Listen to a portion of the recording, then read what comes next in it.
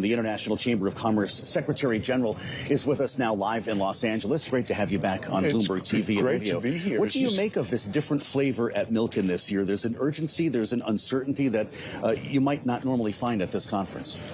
Well, yeah, I've been honoured to speak at Milken before, and there's definitely a different tone and a level of urgency. And actually, I must say, as you said, Milken's actually a very important conference now on a global basis. The reason I come here, and frankly, I don't go to Davos, I actually come here now because you think about some of the biggest challenges we're confronting are going to require the private sector to really step up. And what we see here is probably the biggest gathering of private capital, which will actually be incredibly important if we're ever going to align to fix some of the problems we've got, just at a global macro sense. You said geopolitics, it's really a geoeconomic environment we're in now, where the economics become so much more important. I mean, I'm working on the Strait of Hormuz at the moment because one of the issues there, and I think people are starting to realize that, the Strait of Hormuz is actually not just a combatants between the US and Iran.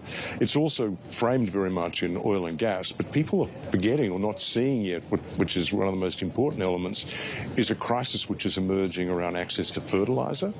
Now, we're in 170 countries, I think, as we've discussed before, and we see very quickly in the real economy the impact of an access issue. So we've got not just a pricing issue, so a pricing cost issue, we've also got a challenge to actually get access to the product itself. So you've got the combination of a price shock and a supply shock, which is about to create a huge cataclysmic problem in the real economy, but in particular on food. And we saw this with the Black Sea, because so we developed the Black Sea Agreement for the UN Secretary General, and we see similarities there, because food pricing, the access to food, the inability to feed yourself, that's what gave rise to the Arab Spring. That's actually what causes political instability. So, as you say, this is not just an important conference. There's a series of important conversations, but there's an urgency about kind of getting some of these issues better understood. And the private sector understands these issues sometimes a lot better than the policymakers themselves. John, I feel like there's something going on. You talk about this moment in time for Milken, but go back to the Russian invasion into Ukraine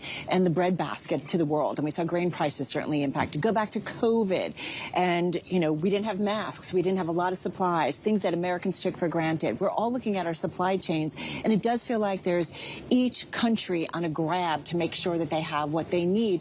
That's got to create just a different market environment, a different economic environment going forward. And we talk about inflation, prices. Things are going to be more expensive going forward. Well, I mean, what you articulate then can be wrapped up in one concept. It's the level of uncertainty, which is actually really compounding. I think we talked about this before. The uncertainty that business finds, and not just in the US, but on a global basis, as I said, we're everywhere. We're seeing a level of inhibition towards engaging in commerce across borders because people just don't know what the rules are. There's no policy settings. And then you've got the complication, I think, of the geopolitical side feeding into the geoeconomic side, where, you know, the disputes.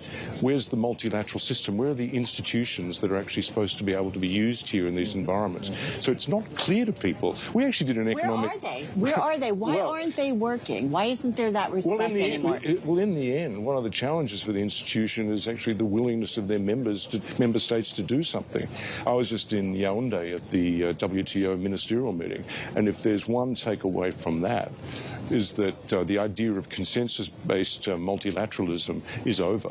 What you're going to see much more is coalitions of the willing, plurilaterals, these sorts of issues, because you do not have alignment between a lot of the major players. And that is a problem, and that actually makes it very difficult for the institutions to function. The institutions have got a lot to answer for anyway, because in many respects they've failed, I'd use this term, to allow the spirit of modernity to flow through them to actually move forward. And it's actually, they're stuck. We see that in the U.S., right? We talk about this K-shaped economy, and we have guests who come on and say, well, look at the market. It's record after record. Well, there's a half of Americans who are not necessarily feeling that There's detachment benefit between the market and the real economy. Exactly. And what I was describing, consequences of the Strait of Hormuz, these are real economy issues. These are not market issues. So ultimately, we need to work out a way to get the fertilizer flowing again. We've already lost capacity, and that capacity is meaning that farmers in Africa and Latin America, because they couldn't get access to fertilizer or the price of it was too high, what are they doing? They're actually replanting without fertilizer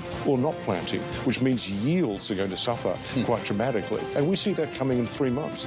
And it's unusual because, in a way, we see it coming, but it's shrouded by the oil and gas story and shrouded by the battle between the combatants.